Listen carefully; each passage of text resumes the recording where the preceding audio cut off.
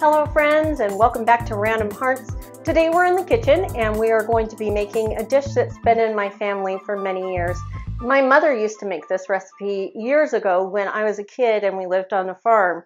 And of course at that point we had fresh pork, and so this was always made with pork chops. And my dad was a big fan of caraway seed, so it had pork chops and caraway seeds on it.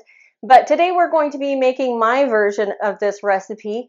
This version that I make has sausage or Polska Kielbasa in it instead of pork chops, and I omit the caraway seed. It can still be added, but we are going to be making a potato, sausage, and sauerkraut casserole. This does require the oven, so we only eat this about 3 to 4 times a year because I don't make it at all during the summer. So let's get started and make our dish. Here are the ingredients and supplies you will need for this dish. You will need a 13 by 9 casserole dish or similar that can go in an oven. We are also going to need 4 cups of peeled and diced potatoes. These are the potatoes I grew in my own garden this year. We have 12 ounces of beef Polska Kielbasa that has been cut into slices, and then those slices have been cut in half. We also need a 10.5 ounce can of condensed cream of mushroom soup, a half cup of mayonnaise, a 15 to 16 ounce jar or can of sauerkraut of your choice. Do reserve the juice. You will need that. We'll also use some salt and pepper, a rubber spatula, a small mixing bowl, and we will need foil to cover the whole casserole. So that is everything for supplies. Let's get started with making this. To get started with this dish, we are going to begin by putting our mayonnaise and our cream of mushroom soup into our small mixing bowl.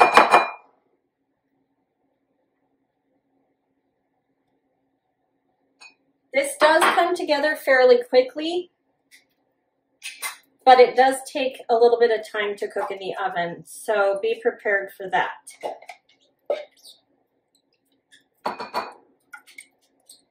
Okay, I'm putting in that whole can of cream of mushroom soup, that half cup of mayonnaise,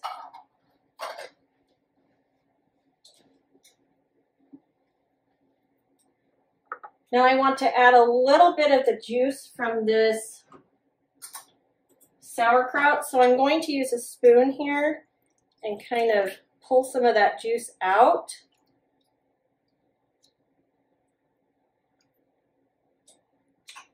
Now this one is a little bit on the juicy side, so I'm going to set that aside for a sec. Clean my hand off and the counter.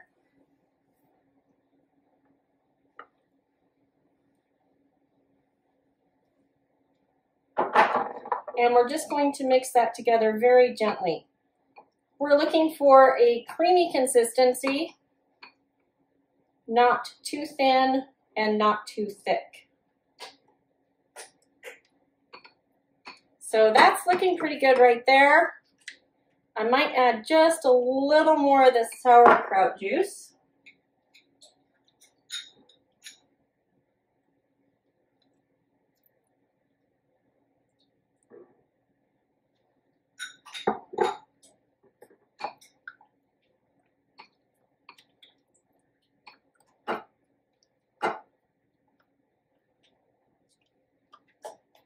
Yeah, that's looking really good.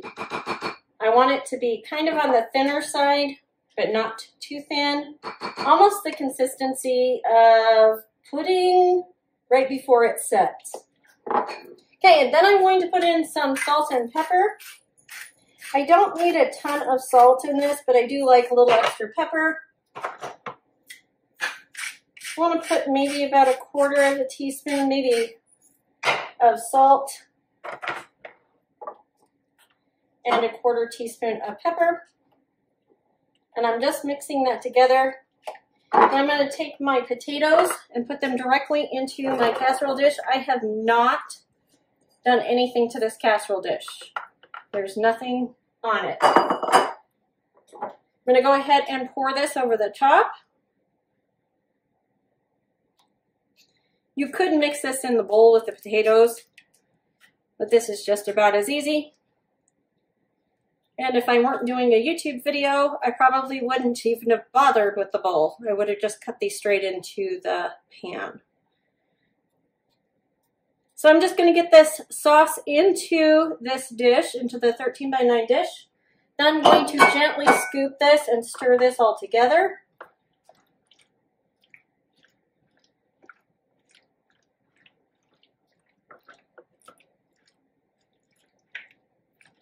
Trying to coat all of the potatoes with some of the sauce.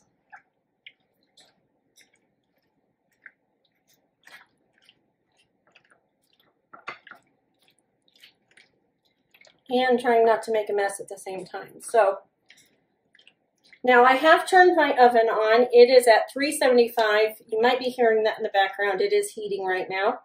So my oven is at 375. This is going to bake for about an hour. I'm really looking for the potatoes just to be done. The sausage is already cooked, so that's not something I'm concerned with. But I do want the potatoes to be completely tender. So I've got a pretty good consistency on the potatoes right now. They all seem like they're pretty well coated, so I'm just going to smooth this out, get a nice base layer. And then I'm going to add a little bit of sausage right on top of this potato layer. And I'm kind of building this up kind of like you do lasagna. So I'm just going to put a few of these slices of sausage kind of randomly all over the top of this. And you'll see I did not cut these very uniformly. I just cut them. I'm kind of in a hurry tonight. So I'm going to use probably about half of this sausage right now. And then I'm going to add my sauerkraut to the top. So I've got about half of it on there right now. I think that looks pretty good. Yeah, that looks good. All right, then we're going to add our sauerkraut. Now I want my sauerkraut mixture to not be super watery, so I'm kind of picking this up with my fingers. I might even have to drain this a little to get some of the moisture off of it because I don't want it to get too soggy. So I'm just kind of putting this on over the top of the sausage. This is a super easy, fast recipe. And just a minimal amount of ingredients. And I am going to drain some of this sauerkraut. It's a little bit too watery for my taste. So I'm just kind of spreading this out. This was a craft beer sauerkraut, so it's a little more flavorful. You can use plain sauerkraut too. We've done that for years. Okay, so we've got our sauerkraut on the top. And then we're going to put another layer of the sausage. So we're kind of sandwiching the sausage with the sauerkraut flavor.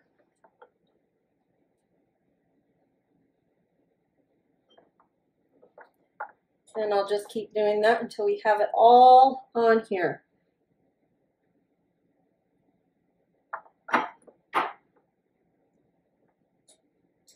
Now this is going to get covered with a piece of foil for the first like 45 minutes of the cooking time.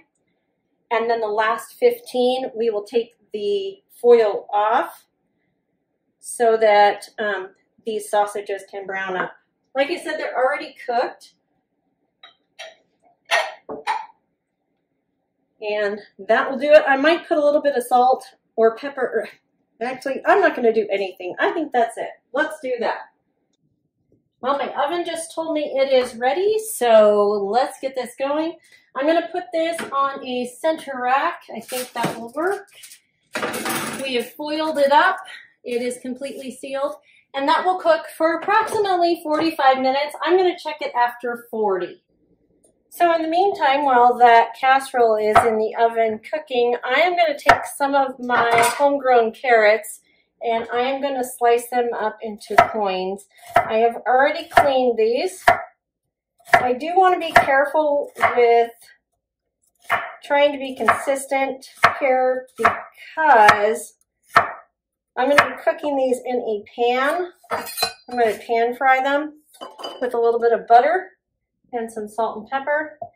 And if I have too thick of slices, they will not cook evenly. And right now I have to pretty much cook all of my carrots. It's very difficult to eat a carrot right now with braces. So even a par cooked carrot doesn't work real great. So in order to eat all my beautiful carrots that I grew in my garden this year, I am having to cook a good majority of them. So we are using them in soups and stews, and I'm cooking them up like today. So I'll just keep doing this until I have this pile of carrots completely chopped. So my timer just went off, and I am going to be checking. It is smelling really good, but I'm going to be checking to see if my potatoes are getting done. So I'm going to be really careful here opening this, because I might need to reseal it. Also, there is a lot of steam that's going to vent. And I just want to check to see if my potatoes are actually getting done. And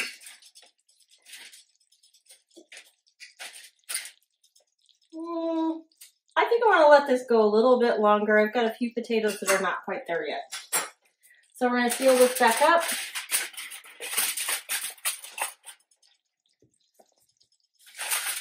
That was 40 minutes, so I'm going to go 5 more, and then we'll check. All right, so we've just checked those potatoes. They're getting close, but they're not quite there yet. But I am going to start our carrots. So I've got a skillet right here. This is a 12-inch skillet. It does not need to be this big, but I want to make sure that I'm not using a non-stick skillet because I want to get some browning on these. So I'm going to go medium heat on this. I've got 1 tablespoon of butter in there right now, and I just want that to heat up. All right, my skillet is heating pretty quickly here. I'm going to go ahead and add my carrots. And I'm going to toss those just to get them coated with a little bit of butter because I do not want them sticking, but I do want some of the browning to happen. And somehow I got a top in there.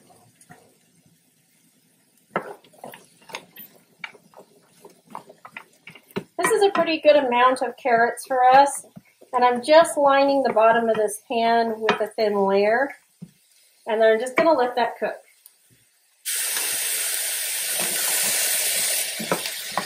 This is cooking very nicely, but I'm not getting the browning I'd like.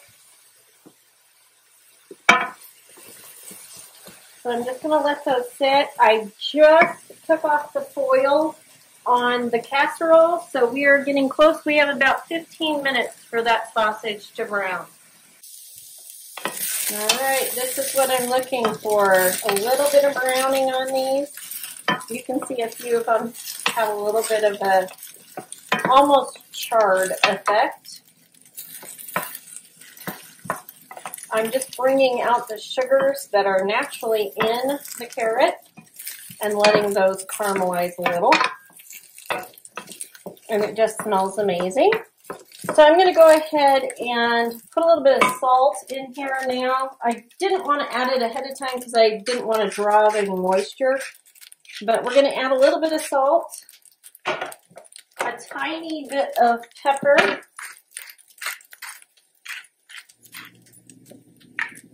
and I'm going to stir this one more time and then put the lid on it so that these can kind of steam a little more.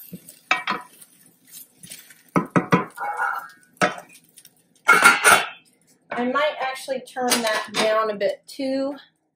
I'm going to take it down to medium-low. Actually, I'm just going to take it down to, yeah, medium-low sounds good. All right, these carrots are completely done. I'm just going to leave the lid on them and let them continue steaming for a little while, but I'm going to turn the heat off. The casserole is just about done. I just checked it a minute ago and it is browning up nicely. So we've probably got about 5 minutes left on that and then we're completely done. This should be done. Yeah, it's getting a good crust on the outside. Looks beautiful. Well, that's going to do it. We have made potato sausage and sauerkraut casserole. I've also cooked up some homegrown carrot coins to go along with this meal tonight, and we are ready to dig in. So I hope that you will give this recipe a try. It is definitely an easy recipe. It is definitely comfort food, and if you're a fan of sauerkraut, you're going to love this one. So I appreciate you coming along with me tonight as I made this dish. And I thank you for watching and subscribing, and I hope you're having a lovely day wherever you are, and we'll talk to you soon. Bye.